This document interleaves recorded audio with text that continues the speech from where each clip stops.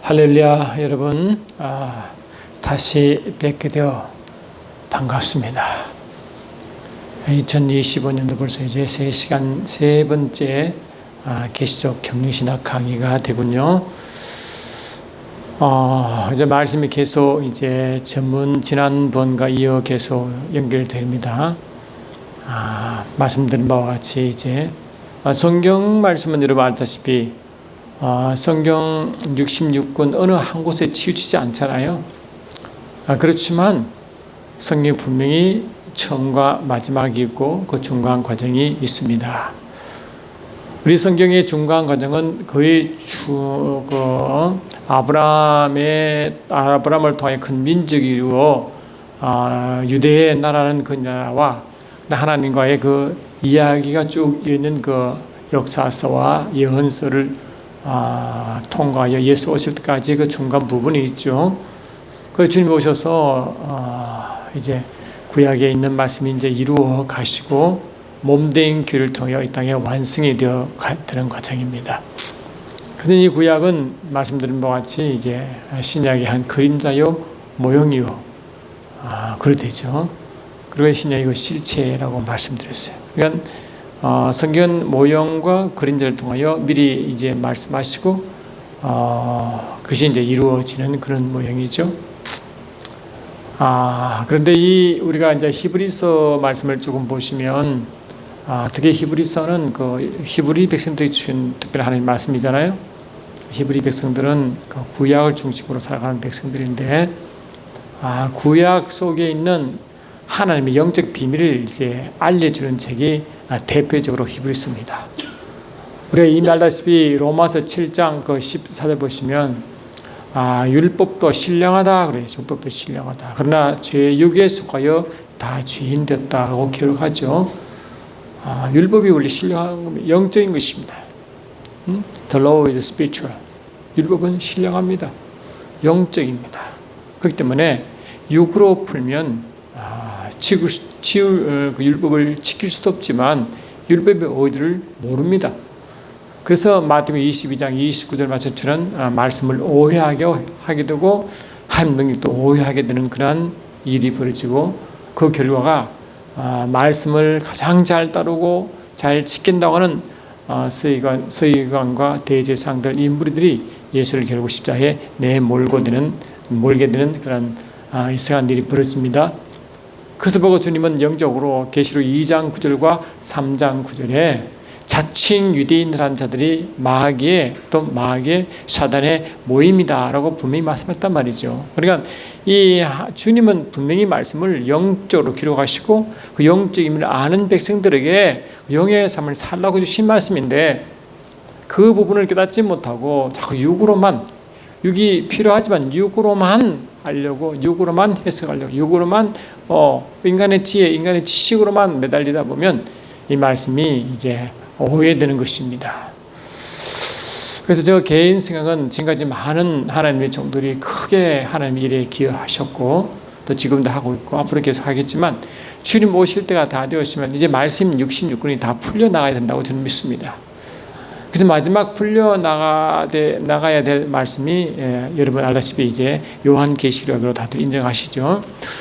그런데 요한계시록조차도 이 마지막의 종말론조차도 구약에 있는 말씀을 많이 인용하여 설명하시기 때문에 이 구약을 종말론적인 시각으로 보지 않으면 절대 말씀이 해결되지 않는다고 분명히 말씀드렸거든요. 그래서 구약에 있는 많은 이스라엘 지형, 이스라엘 역사, 이스라엘 문화조차도 굉장히 영적 의미를 포함하고 있는데 그를 영적이지 못하고 그냥 있는 현상대로 그냥 육체적으로 이성적으로 보면요 엉뚱하게 말씀하게 되는 겁니다. 그 중에 하나가 이제 우리가 이제 많은 그 종말론을 주장한 분들이 많은데 그 나름대로 하나님의 일을 많이 기억했다고 믿습니다. 그러나 또한 부작용도 많습니다. 세대적 종말론을 저는 그렇게 굉장히 영적이고 성경적이다라고 그렇게 인정하고 싶지는 않지만 하여튼 그분들이 어떻게 이야기합니까? 이 주님 오실 때 다 되었으는 우리가 이 요한계시록이 이 밤모습에 유배되어 있는 사도 요한으로부터 이제 말씀 받아 선포한 말씀이잖아요. 근데 그때 이 계시록 2장, 3장 보시면 지금 터키지만 그 당시에 이 아시아의 그 7교회가 초생달처럼 그런 모양으로 에베소부터 그다음에 포디 바빌라 라오디가 교회까지 7개 이렇게 초생달 모양으로 이렇게 돼 있어요. 그래서 종말론을 주장하는 분들은 이 7개가 시대별로 이 마지막까지 시대별로 이렇게 교회 모양을 떤다. 그래서 주님 오시기 직전에는 이 마지막 라오디게아 교회의 모습으로 교회가 그렇게 존재한다고 그러고 주장한 분들이 많아요. 과연 그런가 하는 것입니다. 제 말씀의 결론은 아니다는 것이죠. 왜 아닌가 하면은 여러 번 말씀드렸지만, 그래서 이제 요한계시록 종말론을 하다 보면 어느 순간에 이 어둠의 세력이 말이죠, 주님 오실 때 더 활발하게 활동함으로 전 세계 어둠의 세계화 되고 어둠의 장이 되고 어둠의 세력이 전 세계를 붙잡고 있기 때문에 그냥 하나님의 영광이 빛이 나고 하는 부분이 굉장히 약화되고 그 부분이 잘 없는 거예요. 그래서 어떻게 이야기하느냐, 이런 부분이 오기 전, 그걸 대환란으로 설명하면서 이런 부분이 오기 전에 신실한 주의 백성이 미리 휴거한다. 그러니 재림 전 미리 휴거하는 그를 주장하기 시작하고 있습니다. 그리 이 믿음이 좋은 교회는 먼저 휴거하고 나머지 그냥 그렇게 믿음 좋지 않은 사람들이 살다가 주님 오실 때 주님 맞이하는 걸로 이렇게 설명하기도 한단 말이죠. 얼마나 웃기는 이야기입니까, 여러분? 그럼 결국 그런 시각은 절대로 성경에서 지지받지 못합니다. 왜 그런가? 아까 말씀하신 대로 이 마지막 교회의 모습이 라오디게아 교회처럼 미지근한 신앙의 소유자이기 때문에, 그러면 그 뜨거운 신앙이 왜 없느냐? 미리 다 휴거했기 때문에 없다고 생각하는 것입니다. 그런 주장은 성경이 결코 성경의 지지를 받지 못합니다. 오늘 제가 말씀드린 여지는 뭐냐? 그렇지 않다고 제가 말씀드리는 거예요. 왜 그런가를 제가 영적으로 설명해 드리겠습니다.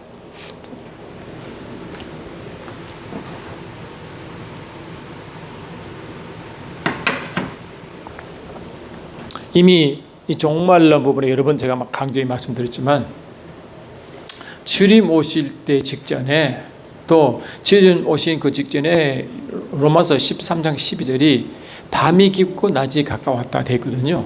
그 밤이 깊고 낮이 가까웠다는 것은 영적인 의미라는 걸 이미 아시죠. 그 영적 밤이 깊어진다는 거예요. 그리고 이 새날이 밝아진다는 거예요. 그 말은 뭐냐니까, 주님 오시기 직전에 그렇게 설명합니다. 주님 오실 때, 주님 오시니까 이 낮이 되잖아요. 주님이 비치는 시간 말이죠. 그 밤이, 영적 밤이 깊다 말이에요.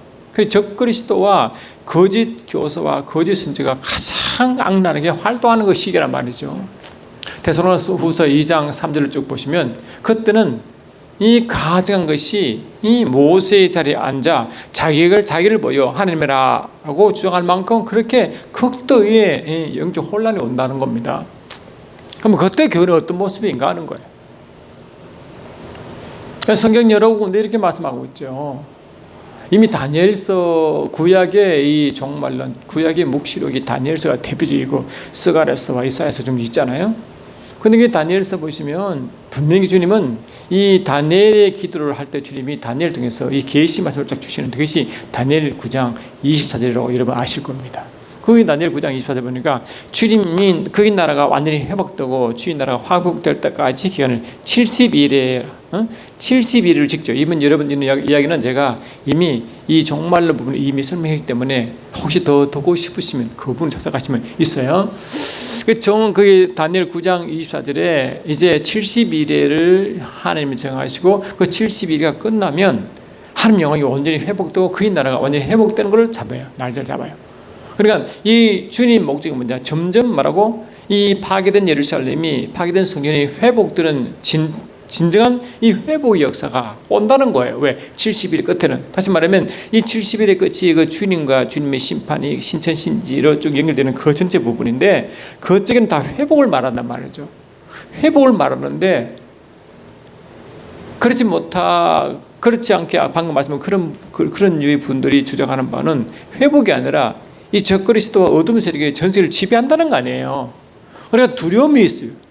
그래서 이 두려움, 이 가장 이 핍박이 환란이 심한 그 주님 재림 직전에 3분 5년 더 깊이 말하면 그 7년 한 일해 동안에 그 일은 바로 전에 그 사이에 대환란이 오기 전에 미리 그 신선한 주의 종들은 다 휴거하여 간다고 하기 때문에 그 환란을 통하지 않으려고 그렇게 가르치는 거예요.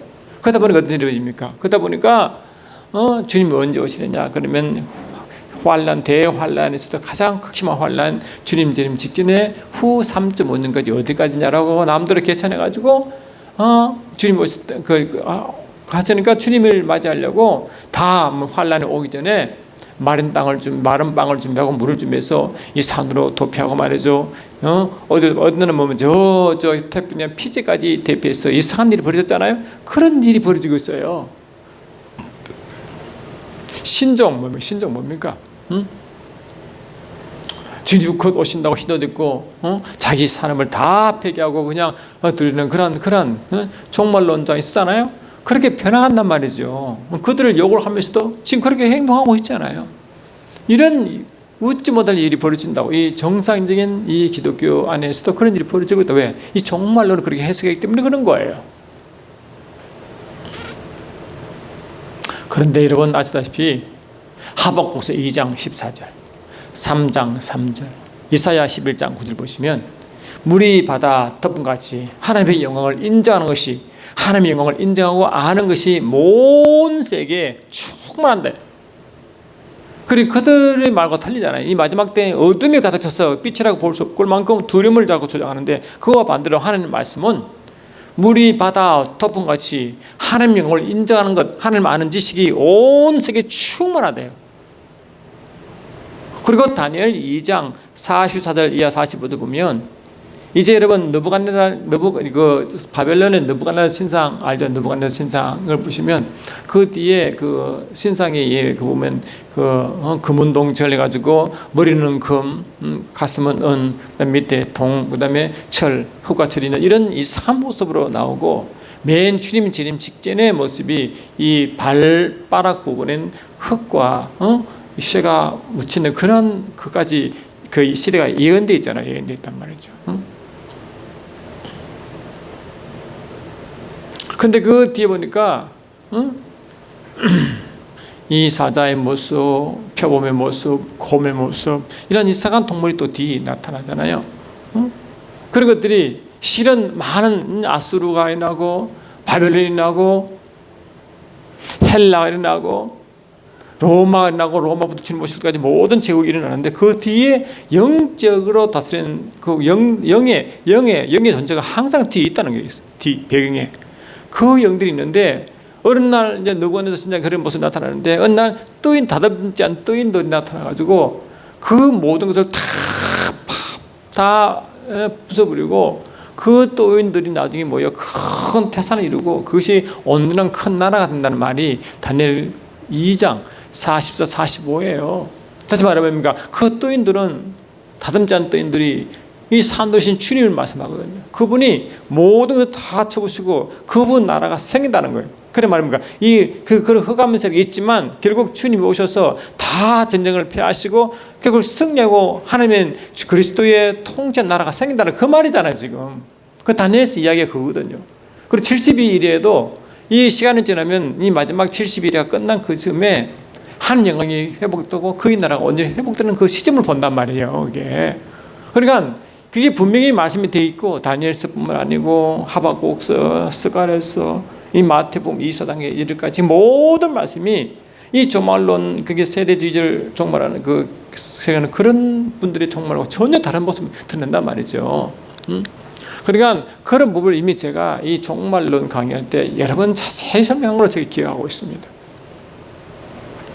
그래서 우리가 지금 이 계시록 부분을 이제 마치고 이제 다시 창세기부터 제가 말씀드린 대로 이게 피조 세계와 이 하나님의 정원한 계신 그 계시적 기독교 신학을 근거로 계속 원래 말씀을 계속 전한다고 말씀을 드리는데, 이 말씀 다 그렇게 이 다 말씀이 연결되기 때문에 어느 한 성경, 어느 한 곳이 그것에 집착 그게 한정되지 않고 성경 전체의 흐름을 같이 보는 거예요. 그러니까 이것이 영원전의 하나님의 계획과 그것도 이 창세기 이후부터 그 세계와 계속해서 이 마지막 종말론의 세계와 그 종말론 이후에 이 신전 신지 계시록 21장 22장까지 그 모든 부분과 그 너머의 영원까지의 말씀을 다 연결돼야 그 말씀이 오늘 이해되는 거 아니에요. 근데 영원 후의 이야기는 잘 모르지만 그것이 계시록 21장 22장의 신전 신지 새 예루살렘 성으로 거의 끝나지만 아마 하나님 그 땅 가서 또 할 일 있을 거라고 믿습니다. 그러나 영원전에 하나님이 이 신전, 그러니까 이 세계를 지으시기 전에 신전 신지가 하나님 계획하기 전에 그 전에 하나님 계획은 이미 되어 있거든요. 그게 그 전에 하나님이 이미 작성하신 계획이 있고 그 계획은 이미 그 제가 여러 번 말씀을 드린 걸로 알고 있는데 그것이 뭐라고 뭡니까? 하나님이 하나님과 그의 몸된 교회와 하나 되어 하나님을 계시하고자 하는 그 열이 이미 이 디도서 1장이죠. 예언의 말씀 그게 영원전에 선포하셨어요. 그런 이야기 계속 되는 거예요.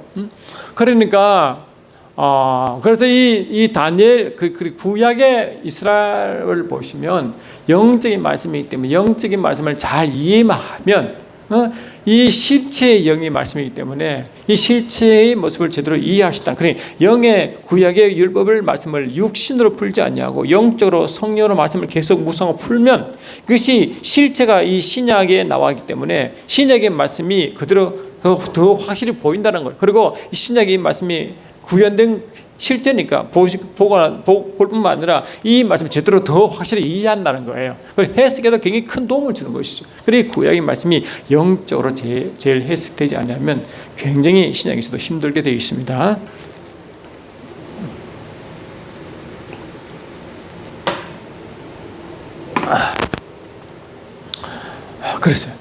그래서 그 구약에 보면 이스라엘의 지형이 여러분 이제 알죠. 이스라엘 지형은 그림자입니다. 그 지형이 그림자예요. 그래서 이스라엘 보시면 그 북쪽이 바벨론이고 남쪽이 애굽이잖아요. 그리고 북쪽 바벨론과 경계선이 유브라테스와 티그리스 강 큰 강 사이를 두고 있고 이 애굽은 애굽 강이 그려 있어요. 그리고 애굽 강과 남쪽 애굽 강과 북쪽의 유브라테스 강 사이에 이 이스라엘이 전도하는 거예요. 그런데 이 영적으로 보면 저 이스라엘 지역으로 보면 저 바벨론도 하나님의 이스라엘의 적이고 이 애굽도 하나님의 이스라엘 보면 적이에요. 영적으로 말하면 뭐냐? 이 바벨론은 세상적 의미고 애굽도 세상의 의미고 애굽 이스라엘 백성과 아니 그 한 나라 하나의 백성이 있는 곳이에요. 영적으로 말이죠. 그런 모습을 알고 있어야 돼요. 왜냐하면 이 갈라디아 4장도 그렇고요. 보시면 이 가나안 땅 안에 예루살렘 성이 있잖아요. 근데 바벨론으로 끌려갈 때 그 성이 다 회파되고 성 안에 성전도 다 회파돼 버렸죠. 근데 이스라엘 백성이 다시 바벨론으로 회복될 때 뭐 있습니까? 먼저 초막절을 지키고 하나님의 성전을 회복시키고 성전을 회복시켰다는 거예요. 그게 스리바벨 성전 아닙니까, 여러분? 그러니까 이 이스라엘 백성이 회복할 때 뭘 먼저 회복시키느냐? 성전을 회복하고 예루살렘을 먼저 회복하는 메시지가 항상 담겨 있습니다. 그 말은 뭡니까? 영적인 예루살렘 성 말하고 영적인 성서를 지금 말하는 거거든요. 지금요. 그게 예루살렘과 그의 나라 회복을 계속 말하는 거예요. 그 회복을 계속 말하는 겁니다. 그래서 그 말씀이 예수님까지 이어졌고 예수님 때 오셔서는 뭡니까? 그 스룹바벨 성전이 헤롯 왕이 그 이스라엘 통치하고 다시 헤롯 왕이 이스라엘 백성에게 이 환심을 살려고 더 아름다운 성전을 만들잖아요. 그게 헤롯 성전입니다. 솔로몬 성전에 비하면 별로 아니지만 그래서 굉장히 화려하고 다시 재건했다고요. 그래서 주님은 이 마태복음 24장에 이 헤롯 성전이 곧 무너진다고 예언하잖아요. 그게 마태복음 24장 1절부터 이 주님이 오실 때 마지막에 이 현상을 말씀하시면서 이 예루살렘의 성 안에 있는 헤롯성이 다시 무너진다고 그 예언을 말씀하시고 그 말씀을 드시고 종말론은 또 설명하십니다. 신기하죠? 왜 마태복음 24장에 주님이 요한계시록의 축소판인데 주님은 역사의 한 페이지인 AD 70년에 그 헤롯성이 완전히 파쇄되는 것을 가지고 주님 재림을 설명할까요? 그 다 영적으로 설명이 돼, 그 영적 메시지가 있거든요.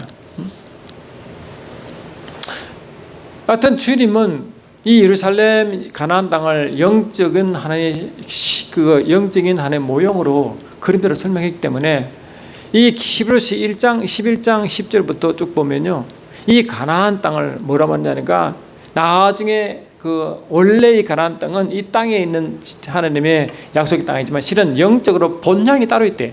그리고 본향의 그림대로 이 가나안 땅을 말하는데, 그 가나안 땅의 본향이 하늘성 예루살렘이라고 분명히 히브리서 11장 10절로 14절 돼 있어요. 그게 본향이네. 하늘 예루살렘 성이 본향이네. 그럼 뭡니까? 이 하늘성 예루살렘 성이, 그게 원래 진짜 실체고, 그 땅에 있는 예루살렘 성은 모형이라는 뜻이잖아요. 모형. 이해되시죠? 그리고 예루살렘 성 안에 성전 또한 모형이죠. 왜? 하늘 예루살렘 성의 성전이 그게 진짜란 말씀이라죠. 그러면 예루살렘을 이루고 있는 그 유대 나라가 뭐냐? 유대 나라가 뭡니까? 이 땅에 유대 나라가 있지만 이 유대 나라의 영적 실제 의미는 하늘 나라란 말이에요. 하늘 나라.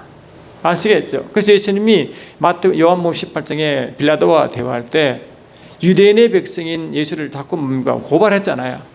그 주께서 말씀하시기를 내 나라는 이 땅에 속한 것이 아니라고 분명히 말씀하시고, 이 땅에 속하지 않은 나라 유대 나라의 왕이라고 말했잖아요. 그 주님이 말씀한 유대 나라는 이 땅에 속한 땅에 속한 유대 땅이 아니라 하늘에 속한 유대 땅을 말하고, 이 땅에 속한 유대 나라가 아니고 하늘에 속한 유대 땅을 말하는 거 아니겠어요? 근데 우리가 지금 그 실제로 했어요. 근데 이 베드로서 2장 9절 보니까 너희는 그의 나라야므로 우리 몸된 교회가 영적 유대의 나라는 겁니다. 그럼 우리나라가 뭡니까? 하늘나라이면 우리가 교회가 그 나라 아닙니까? 우리가 하늘에 속한 백성들이죠.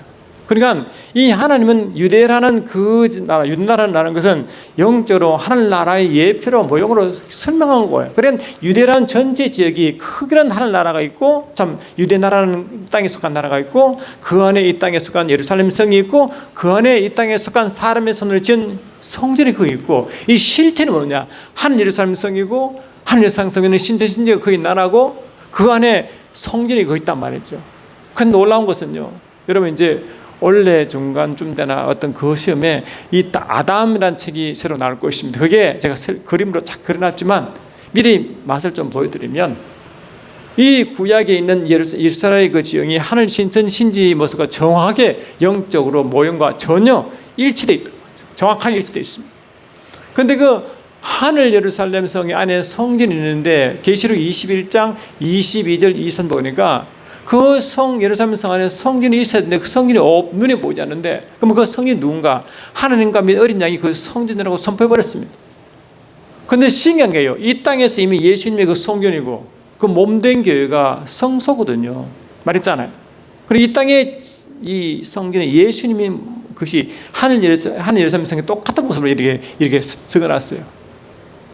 우리가 그의 나라고, 또한 우리가 뭡니까? 나중에 이 땅에서 우리의 몸된 교회 그의 나라가 되면, 그의 나라가 이 마지막 주님 오셔서 심판이 끝나고 그 나라를 아버지께 아버지께 바친 그 나라가 하늘에서는 하늘 예루살렘 성이 되어 계시록 21장 9절 10절에 하늘 예루살렘 성이 바로 이 땅에 그의 나라가 이런 그 나라가 아버지께 바친 그 나라가 하늘 예루살렘 성으로 나타나는 것이 신부라고 되어 있잖아요.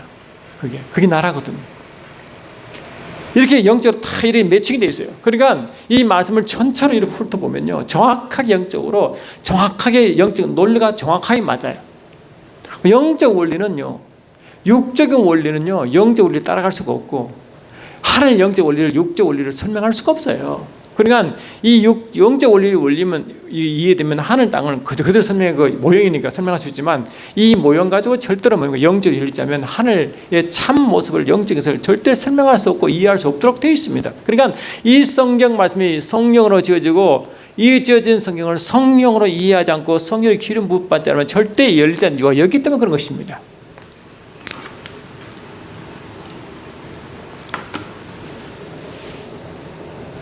그래서 이스라엘 지형이 그런 모습인데, 그림자로서 모여오는 그런 모습인데, 근데 이스라엘 지형 보면요, 건기가 있고 우기가 있죠. 이것도 영적 정말로 전혀 정확하게 의미가 있어요. 그리고 구약에 있는 이스라엘 지형은요, 전부 영적 매체를 다 갖고 있기 때문에 그 영적 매체를 알아야만이 제대로 이해가 된다니까요. 그리고 이스라엘 지형도 그렇죠. 이스라엘 기후도 똑같아요. 이스라엘 기후가 건기와 우기로 다른 거 아시죠? 이 우기의 시작이 가을에 파종할 때의 모습이에요. 그리고 건기 시작이 그들이 추수가 끝나면 건기가 들어갑니다.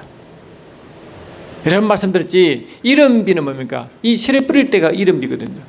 늦은 비는 뭐냐? 수확할 때 늦은 비예요. 그러니 수확은 언제냐? 그들이 수확은 밀과 보리를 수확하기 때문에 거기 그들이 절기와 연결되어 있습니다. 오순절 절기, 그게 보리 추수이잖아요. 첫 시절 그 미리 수출 아닙니까? 그래 그들 절기와 수출과 그 추수와 다시 연결되어 있습니다. 왜냐? 그 말씀 참 영적으로 다 설명되거든요. 그래 이 이른 비는 삭을 뿌릴 때고 그 씨앗이 뿌린 씨앗이 뭡니까? 복음의 씨앗 아니겠어요? 그리고 마지막 때 이 추수는 뭡니까? 복음을 뿌린 그 추수 때잖아요. 추수. 그러면 추수는 뭡니까? 영적 종말로 임하겠다잖아요. 이 추수가 언제입니까? 주님 재림 직전에 영적 추수가 일어난다고 마태복음 24장에 나오잖아요. 천사를 보니요 이 군만을 다 추수한다고 되어 있잖아요. 그게 영적 추수거든요. 그것이 구약의 이스라엘의 이 건기 시작을 그렇게 말씀하는 거예요. 그럴 때 밀과 보리를 추수하는 그 직전을 그렇게 설명하는 거예요. 그래 그들의 추수는 영적 추수와 연결되어 있는 것입니다. 그러면 영적 추수, 다시 말하면 이 추수가 이르기 직전에 늦은 비가 있다. 그 늦은 비는요 굉장히 강력한 비가 옵니다. 이런 농사를 지어보면 아시지만 특히 보리 농사나 특히 보리 농사도 그렇지만 모든 그것이요. 그거는 곡식을 익기 전에 마지막 곡식이 알이 찰 때는요 물이 충분히 있어야 알이 실하게 익습니다. 알이 찬다고요. 그리고 알이 차면요 그 물이 싹 빠져야 알이 익고 단단해집니다. 그러니까 특히 이게 벼 농사를 예를 들면요 벼가 익을 때는요 벼가 알이 찰 때는 물이 꽉 차 있습니다. 그리고 꽉 찬 알이 이렇게 물 익을 때는요 완전 물을 싹 빼줘야 탄탄하게 익어버립니다. 그러니까 그 마지막 때 수수하기 직전에 그 물은 굉장히 강력한 물이기 때문에 서가라 선자는 그 시가라서 10장 1절에 늦은 비의 비유를 말씀해서 그 늦은 비에 강력한 비가 임한다는 것입니다. 그 늦은 비가 뭐냐? 추수 직전에 있는 비인데 그것이 육적으로는 이스라엘 나라지만 영적으로는 영적 유대의 나라인 교회에 강력한 비가 임한다는 거예요. 그러니까 주님 직전에 이 몸된 교회 하나님 나라가 임한 그 몸된 교회 강력한 이 늦은 비 성령의 강력한 임재가 임하기 때문에 그 강력한 임재의 모습이 어떻게 라오디게아 교회의 모습입니까?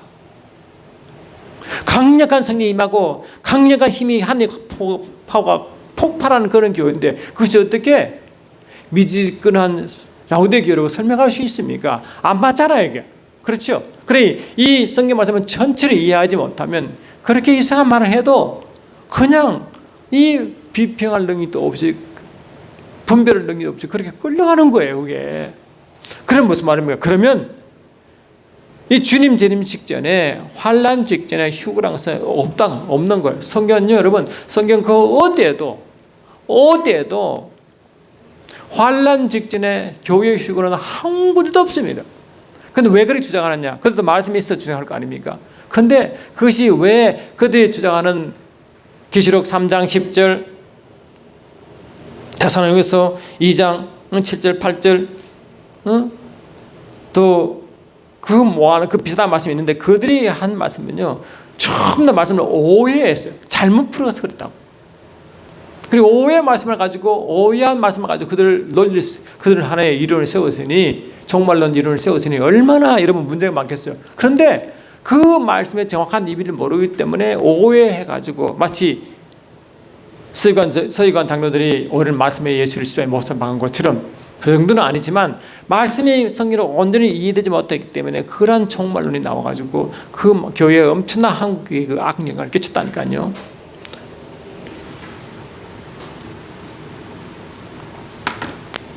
주님 직전에 분명히 영적 어둠이 분명히 있습니다. 강력한 어둠이 그런 엄청난 어둠이 있을 때 그 엄청난 어둠을 뚫고 마태복음 20장 14절에 주님 오시 직전에 어떤 일이 벌어졌냐? 천국 복음이 모든 족속으로 전파되고 물이 바다 덤같이 하나님 영광을 아는 빛이 온 세계에 충만하고 하나님 영광을 인정하는 지식이 온 세계에 충만하게 하게 하는 이가 누굽니까?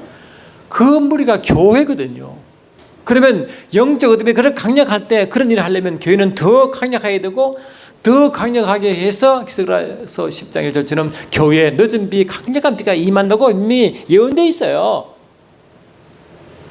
그러니까 이 교회는 주님 오실 때 교회가 어두움 때문에 두려워하는 교회가 아니고 어둠을 이기고 남는 엄청난 능력의 교회에 임한다니까요. 그 교회는 더 강력해지고 성령이 더 충만해지고 더 강한 기름 부음이 하시고 더 말씀에 더 확실하기 때문에 이 말씀이 점점 열려서 하나님 원하시는 예배들이 말씀이 열린다니까요. 할렐루야. 그게 주님 그게 원하시고 그러니까 주님은 제가 여러분 이상하게 듣지 마시고 들어보세요. 그 지금까지 참 하나님을 크게 쓰신 신학이지만 이 신학이 여러분 이 신학은 하나님의 학문을 연구하는 거잖아요. 이 말씀이 그 몇십 년 전에 그 말씀이 점점 열려야 되겠어요. 그게 끝이야 되겠어요. 좀 열려야 되잖아요. 점점 더. 그거 다 안 되기 때문에 이 세대 정말 좀 이렇게 해석하는 거 아니겠어요? 그러니까 말씀은 점점 더 열려서 하나님의 심정을 더 알고 하나님을 더 하려고 하는 그 의도가 아버지 분명히 원하시는 의도 아니에요? 그러니까 말씀은 주님 오실 때까지 더 확실히 있는 게 하나님의 뜻이에요. 요한계시록 1장을 여러분 알다시피 다시 말씀을 좀 드리면 이렇게 되어 있습니다.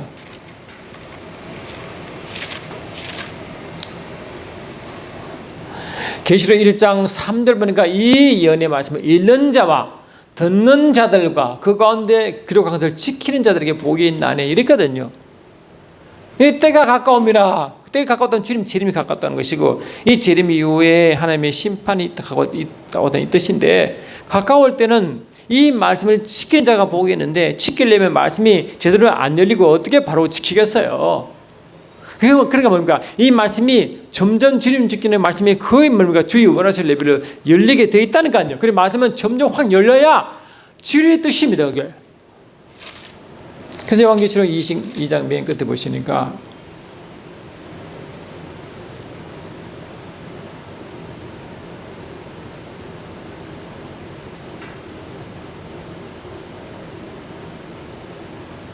주님은 이 말씀을 다시 주님 올 때가 가까우기 때문에 이 말씀을 크게 붙들라는 말씀이 요한계시록 20장 말씀이 많아요. 예를 들면 계시록 22장 18절 보시면요. 이하 보시면 내가 이 책의 예언의 말씀을 이 책의 예언은 지금 구체적으로 요한계시록을 말씀합니다마는 듣는 각 각인에게 증가하노니 만일 누구든지 이것들 외에 더하면 하나님이 이 책에 기록된 재앙들을 거기에 더할 것이요 만일 누구든지 이 책의 예언의 말씀에 제하여 버리면 하나님이 이 책에 기록된 생명나무와 및 거룩한 성의 참념을 제하여 버리시리라 하시므로 이 말씀이 완전하게 이해되고 완전히 열려라 하고 지금 말하고 계시잖아요. 지금요.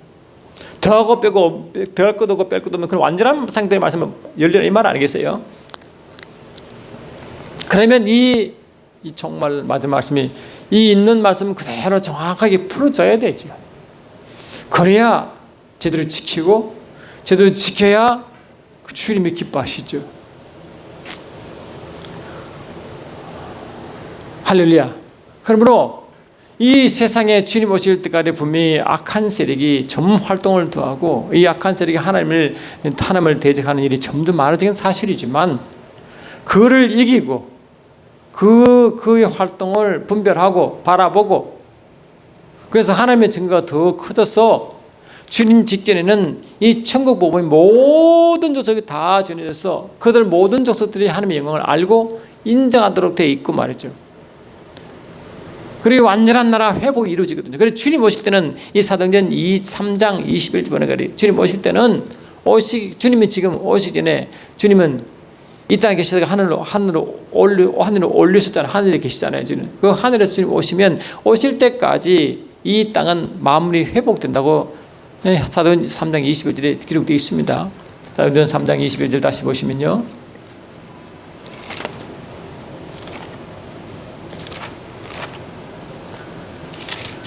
사도행전 3장 21절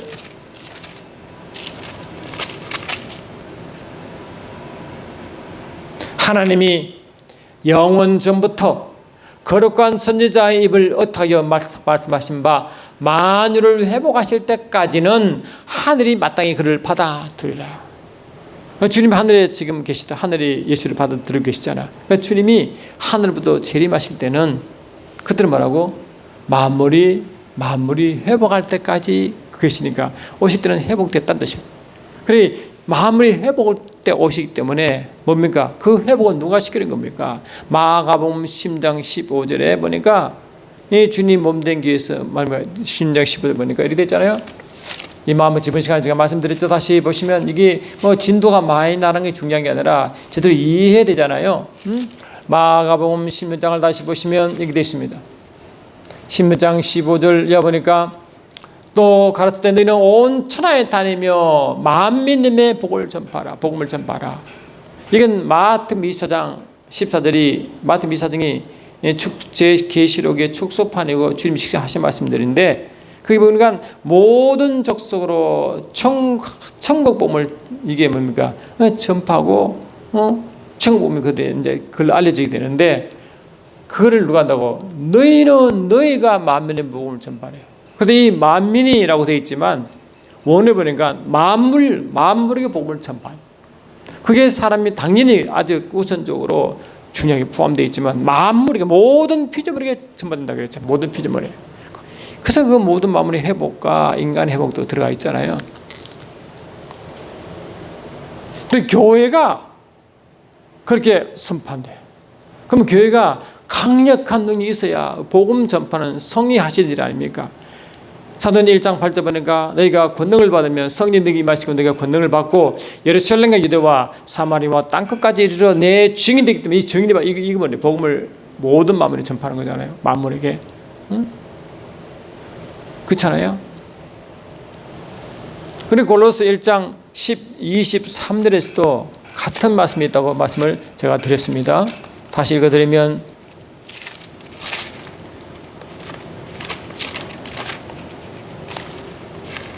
골로새서 1장 24절 보니까 만일 너희가 믿음에 거하고 터 위에 굳게 서서 너의 들은 바 복음의 소망에서 흔들리지 아니하면 그리하리라. 이 복음은 천하 만민에게 전파된 바요. 나 바울은 이 복음의 일꾼들 할 때 천하 만민이지만 원어적으로 보니까 천하 만물에게 만물의 복음을 전한다. 만물에게 누가? 너희가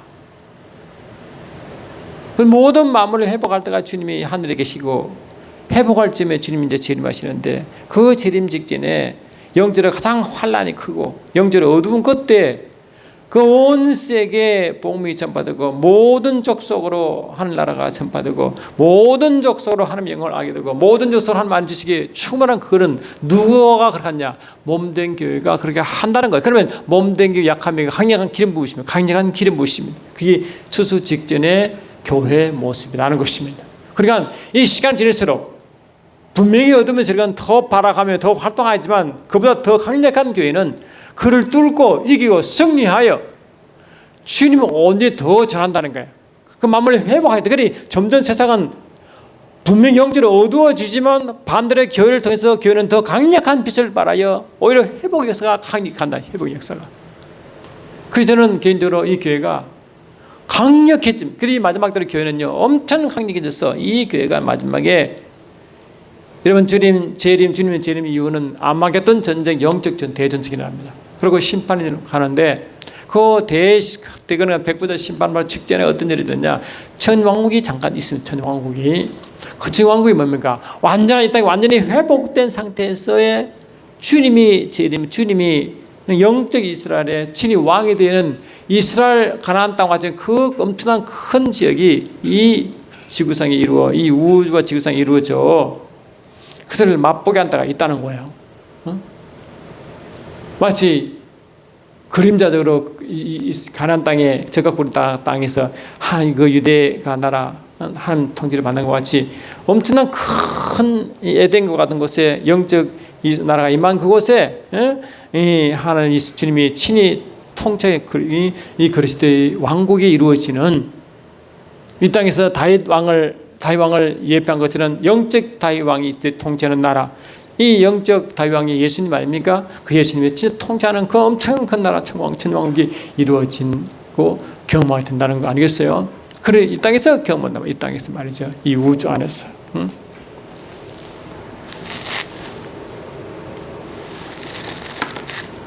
그런 거예요. 그러니까 오늘 제가 말씀드린 말씀은 이 마지막 때 혹시 여러분 보면요, 그 마지막 신호, 타작기 등등 책이 나와가지고 얼마나 많이 미혹했습니까? 그게 베르집 이야기 나오고 말이죠, 제숫 이야기 나오고 막 해가지고 이 물은 처음 세계가 막 어두운 세계만 차고 확대해서 말하기 때문에 다들 무서워 두려워서 그런 모습이고, 그 두려움 피하려고 미리 휴가하는 이런 이야기 나오는 그런 이 혼란된 이 종말론 시각에서, 그런 시각에 이제 말씀이 열려 제대로 이야기하자는 말씀을 제가 계속 말씀드리고 있잖아요. 이 마지막 때 이 타작기란 책이란 마지막 신호란 책에서 말하는 그러한 세계만 있는 것이 아니라 오히려 그 모든 세계를 이기고 넘어서 오히려 온 세상에 하나님의 영광을 나타내고 이름을 나타내고 회복시키는 그 일이 몸된 기호가 하기도, 그 몸된 기는 강력한 성령의 역사하심으로 하나님의 증거가 더 커진다는 거예요. 결국 승리하죠. 왜? 이 몸된 교회가 모든 만물 피조물에게 선포하여 그 회복시키거든요. 그러니까 이 몸은 어둠이 아무리 발아가쳐도 결국 승리하는 방법으로 회복복으로 하기 때문에 여러분 분명히 좋아질 것입니다. 그래서 이 세상은요, 어둠 세력에 발아가도록 몸된 교회는 하나님의 강력한 기름 부심으로 이 몸된 교회 하나님의 일꾼들은 더 지혜롭고 더 강력하여 이 마켓 아파트를 그래가지고 이 시장 곳곳 사는 삶 들어가서 거기서 사도 역할을 사도적 사명을 다 감당해야 됩니다. 그게 마켓 아파트라는 단어거든요. 그게 마지막에 이 몸된 교회가 세상으로 흘러 들어가서 그곳에 강력한 빛을 발하는 겁니다. 강력한 모든 분야의 빛을 발하는 겁니다. 예술이면 예술, 방송, 언론, 예술, 국방, 교육 모든 부분에서 하나님 몸된 우리가 한 사람 한 사람 함된 교회의 일은 아닙니까? 각각 교회 일원들이 각 곳곳에 다 퍼져서 전부 다 사도적 사명을 감당하고 빛의 사명을 감당하면 그 어둠을 이기고 주님을 더욱 드러내고 영광스럽게 하시는 일이 벌어진다는 거. 그게 몸된 교회 하는 것입니다. 그래서 이 가장 영적 전투가 가장 심한 것은 바로 교회입니다. 교회는 세상은 다들 뭡니까? 어둠 색이니까 그건 영적 전투할 것도 없고, 이 몸된 교회가 건물 아니죠. 우리 예수 믿는 하나님의 백성들이 다 몸된 교회의 일은 아닙니까? 그들이 곳곳에 가서 그 몸된 교회를 박해하고 몸된 교회를 이렇게 핍박하지만 그 몸된 교회는 그 모든 걸 이기고 점점 더 강력하게 승리한 모습으로 달려간단 말이죠. 그러면 이 몸된 교회가 하나님이 예비하신 그 강력한 성령의 기름 부심을 받으려면 그런 준비를 가지고 달려가야 온전히 성령으로 하나 되어 성령이 강력하러 가야 정인의 삶을 살고, 그 정인의 삶 가운데 나라가 걸로 들어가고 이 복음이 걸로 들어가고 회복의 역사가 일어난다는 거예요. 결국 뭡니까? 하나님의 계심을 다 인정하고 하나님께 영광 돌리는 일이 벌어진다. 그런 모든 민족이 하나님께 영광의 박수를 올리는 이 모든 빛의 세계가 창조의 원리대로 온전히 하나님의 영광을 돌릴 수 있는 회복의 역사가 있다는 것이 그 몸된 교회를 통해서 말이죠. 아멘. 할렐루야. 그래서 저와 여러분들은 이런 모습을 아시고 특별히 여러분 이게 이 마지막 때 이 메시아 통치하는 메시아 나라가 이제 최종도 이 땅에 회복된 모습, 그 모습이 백성들이 모여서 이 그리스도와 함께 왕노릇하는 그런 세계, 천년왕국의 세계가 이 땅에 이루어질 터인데, 그런 일들이 이제 재림 직전에 이 땅에서 이 땅 그 교회들이 이제 나중에 이제 휴구와 부활과 휴거를 통해서 결국 주님과 하나 되어 계속 이 땅에서 그 일을 그 나라가 계속 임하실 텐데, 그런 부분. 그래서 지난해는 그래도 불구하고 이 사단을 결국 심판할까 합니까? 주님 재림하셔서 이 아마게돈 전쟁이 이 몸된 교회 안에서 영적 대전투가 일어납니다. 그러면 분명히 주님이 승리하시겠죠. 주의 군대가 부활과 휴거에 참여한 성도들이거든요. 그리고 천사들이거든요. 천사들과 이 부활과 이 휴거를 참여한 성도들이 이 그리스도의 군대가 되어 이 사단과 악한 무리를 다 이제 짐승과 그 선자 전쟁, 그들이 일으킨 전쟁에서 승리하고 그들을 지옥불로 던지고, 그리고 천년왕국 동안 하나님이 하신 일을 하시고 후에 곡과암하고 전쟁이 다시 일으키지만 다시 승리하셨어. 그 일을 방해한 악한 영들 무리를 배부자 심판을 행하시고 다시 이 땅에 임한 그 하나님의 피조 세계에 영광을 돌린 일은 마치고 물질 세계에서 하나님의 일은 다 마치고 이 물질 세계가 되도록후서 3장 9절로 12절 보니까 온 우주의 구성 요소가 다 불타시고 그것이 지옥불로 던져진 후에 이 땅에 맺던 한 나라가 아버지께 다시 받침받아 신전신지로 가서 그 세율의 성이 되는데, 그 신전신지가 언제 만들어졌냐? 창세기 1장 1절에 대체 하나님의 천지를 창조하다 그 천지가 하늘들과 땅 하샤마임 하 아래자라, 하늘들과 땅이라. 그 하늘들이 뭡니까? 바로 신전신지의 첫 3층 하늘이 신전신지였고 2층 하늘이 우주 하늘이었고 1층 하늘이 지구의 대기권이라고 말씀드렸어요. 그리고 하나님이 원하지 않은 이 하나님의 일을 방해하고 교회를 핍박하고 하나님의 이름과 영광을 해방한 그 악한 영들의 무리는 결국 심판받아 어디냐? 어디 갑니까? 지옥불로 던져집니다. 그 지옥불이 언제 예비되느냐? 하나님이 먼저 영계의 삼층천을 만드시고 그 삼층천에 하나님의 영물 천사를 흙에 두셔서 하나님의 영을 돌리는 일을 하도록 했는데 그 일부가 반향하여 이 땅 우주 안으로, 다시 말해 이 우주가 이 땅에 쫓겨내려와 그들을 가두는 하는 지옥 감옥같이 돼요. 이 감옥 같은 역할이 이 우주 하늘 안에 있는 그 모습을 그랬어요. 거기에 특히 둘째 날에 이 윗물과 아랫물 사이에 그 공간을 하늘로 만들고 하늘이 하늘과 달과 별이 그 우주 공간, 그 우주 공간을 하나님의 감옥처럼 하시고 그 감옥 안에 뭐라고 이 영원한 지옥불로 그때 예비하셨어. 하나님을 반역하고 또 이 악한 영들이 이 마지막 때까지 한 나라를 방해하고 몸된 길을 방해하고 이름과 영광을 회복한 그 무리를 글로 집으려고 그때 예비된 거예요. 그래 이 우주는 원래 하나님 영광을 위해서 창조했지만 그럼에도 불구하고 하늘에 반영한 천사들을 이 우주 안에 가둬 감옥을 하시다가 마지막에 심판하여 그 지옥으로 보내는 그 지옥도 예비되는 그 곳이 이 우주이기 때문에 그 우주는 나중에 뭡니까? 다 지옥불로 변하여 불덩어리 변하여 지옥화 된단 말이에요. 지옥화되고. 그래서 이 우주는 나중에 지옥화되고 신전신지 하나님의 백성들은 다 신전신지로 옮겨져 거기서 뭡니까? 다시 하나님께 영광을 돌리며 하나님을 그 이후의 일이 계속 전개되겠죠. 그래서 오늘 말씀은 제가 지난주에 이 창세기 1장 1절에서 이 삼층천 신전신지가 예비되고 창조 2일 때 윗물과 아랫물 가누는 그 하늘이 그 창공의 하늘들 되어 그 하늘들이 우주 공간인데 그게 이 감옥처럼 타락한 천사를 감옥처럼 역을 하시다가 그 안에 그들이 영원히 이제 최후로 심판받아 던져질 지옥불도 그게 이제 예비되어 있단 말이에요. 고열을 했죠. 그런데 그 이야기를 말씀드리고 오늘 그런 부분을 연관되어 어떻게 마지막 때 이제 일이 벌어질까를 다시 설명했습니까? 그 말씀은 계속 반복되는 부분이 있어도 계속 말씀이 이렇게 연결돼 설명되기 때문에 오늘 말씀 잘 이해하면 지난해 말씀드렸던 그 정말론 부분과 또 그저께 지난 부분에 두 번 말씀드린 그 이 피조 세계의 비밀을 연결시켜 보시면 점점 더 쉽고 분명하게 아마 말씀이 더 잘 이해될 줄 믿습니다. 할렐루야. 다음 시간 또 다른 주제를 가지고 여러분 찾아뵙겠습니다. 고맙습니다.